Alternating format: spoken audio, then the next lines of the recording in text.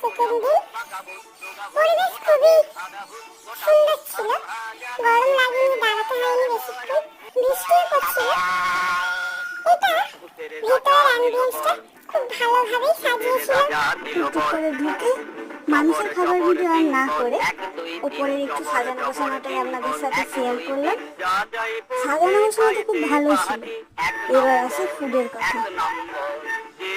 Food মোটামুটি আমার average লেগেছে, তবে ওনাদের সার্ভ করার প্রসেস খুব ভালো ছিল, ব্যবহার খুব ভালো ছিল। আমি পুচকি, আমি খাওয়া রিভিউটা দিই।